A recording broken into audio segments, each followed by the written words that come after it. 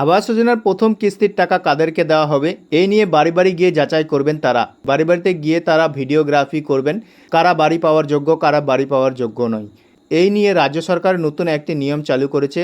এই নিয়ে কি বলা হয়েছে দেখে নেব এক এক করে এই প্রতিবেদনের মাধ্যমে। তার আগে বন্ধুরা, যদি আমাদের চ্যানেলে নতুন হয়ে থাকেন চ্যানেলটিকে সাবস্ক্রাইব করে রাখবেন এই ধরনের নতুন নতুন ভিডিওর আপডেট পেতে। দেখুন, এখানে বলেছে আবাস যোজনার তালিকায় তৈরিতে সতর্ক রাজ্য, নিরপেক্ষ ও স্বচ্ছ তালিকা তৈরি করতে একাধিক পদক্ষেপ করল প্রশাসন। নবান্নের পক্ষ থেকে জেলাগুলিকে দেওয়া হলো একগুচ্ছ নির্দেশ। উপভোক্তা কারা সঠিকভাবে জানতে একাধিক পর্যায়ে হবে এই যাচাই পর্ব। তো আপনারা এখানে দেখতে পাচ্ছেন, নিরপেক্ষ ও স্বচ্ছ তালিকা তৈরি করতে একাধিক পদক্ষেপ নিতে চলেছে এবার প্রশাসন। এবার তালিকা যাচাইয়ের কাজ যুক্ত করা হলো বিভিন্ন থানার ওসিদেরও। তো আপনারা দেখতে পাচ্ছেন, এই তালিকা যে যাচাইয়ের কাজ করবে সেই কাজের সঙ্গে যুক্ত করা হচ্ছে এবার থানার ওসিদেরও।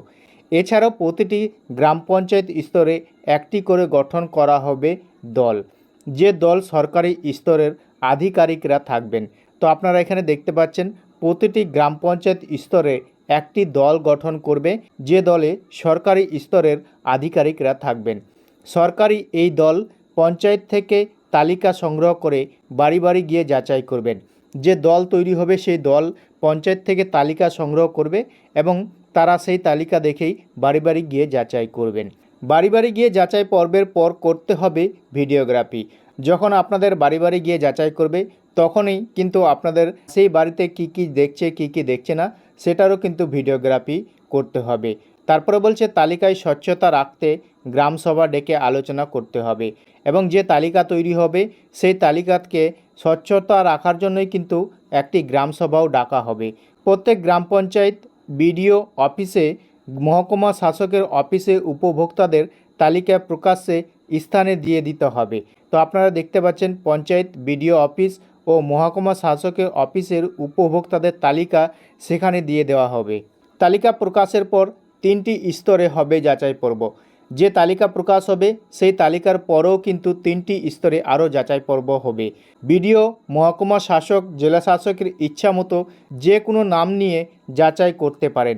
যে তালিকা তৈরি হবে সেই তালিকার পরেও কিন্তু 3টি স্তরে হবে যাচাই পর্ব।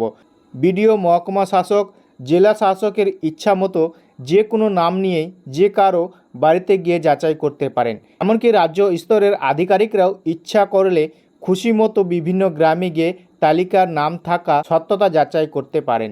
উপভোক্তাদের তৈরি তালিকা নিয়ে কারো আপত্তি থাকলে তা সরাসরি জানানো যাবে। এজন্য প্রত্যেকটি বিডিও অফিসে অভিযোগপত্র জানানোর জন্য বক্স রাখা হবে। অভিযোগ পাওয়া মাত্রই 5টি কাজের দিনের মধ্যেই তা যাচাই করে সঠিকভাবে ব্যবস্থা নিতে হবে। যদি তালিকা তৈরি হয়ে যায় এবং কারো যদি আপত্তি থাকে, সেই অভিযোগ সরাসরি আপনারা বিডিও অফিসে জানাতে পারবেন। সেখানে বক্স রাখা হবে অভিযোগের, সেই অভিযোগ আপনারা বক্সে গিয়ে জমা করতে পারেন। কি ব্যবস্থা নেওয়া হলো তা অভিযোগকারীকে জানিয়ে দিতে হবে এবং যে আপনি যে অভিযোগ করলেন কি ব্যবস্থা নেওয়া হলো তা কিন্তু অভিযোগকারীকে জানিয়ে দেওয়া হবে। প্রসঙ্গত উপভোক্তার তালিকায় চূড়ান্ত হওয়ার পর প্রকাশ্যে দিয়ে দিতে হবে। তারপরে সেই তালিকা দেখেই যে কেউ অভিযোগ জানাতে পারবেন। সেই অভিযোগ ভিত্তিতে পদক্ষেপ নিতে হবে। আবাস যোজনার তালিকায় তৈরি নিয়ে নির্দেশ জেলাগুলিকে। তো আপনারা দেখতে পাচ্ছেন, নির্দেশ দিয়ে দিয়েছে কিন্তু জেলাগুলিকে। প্রধানমন্ত্রী আবাস যোজনায় তৈরি হতে চলেছে আরও 3 কোটি বাড়ি। তৃতীয় দফায় নরেন্দ্র মোদী সরকার কেন্দ্রের বাজেটে এমনই ঘোষণা করেছিলেন কেন্দ্রের অর্থমন্ত্রী নির্মলা সীতারামন। আবাস যোজনার অধীনে আরও 3 কোটি অতিরিক্ত বাড়ি বানানো হবে চলতি বছরেই, তারই চলছে প্রস্তুতি। নরেন্দ্র মোদী তৃতীয় দফার সরকারি হওয়ার পর বাজেটে এমন ঘোষণা করেছিলেন আরও 3 কোটি অতিরিক্ত বাড়ি বানাতে হবে এই বছরেই। আবাস যোজনার তালিকা তৈরি যাতে কেউ প্রভাবিত না করতে পারে তার জন্য সরকারি কর্মীদের দায়বদ্ধ করতে শর্ত আরোপ করা হয়েছে। শাস্তিমূলক পদক্ষেপ করা হবে সরকারি কর্মীদের বিরুদ্ধে, এমনই জানিয়েছেন নবান্ন।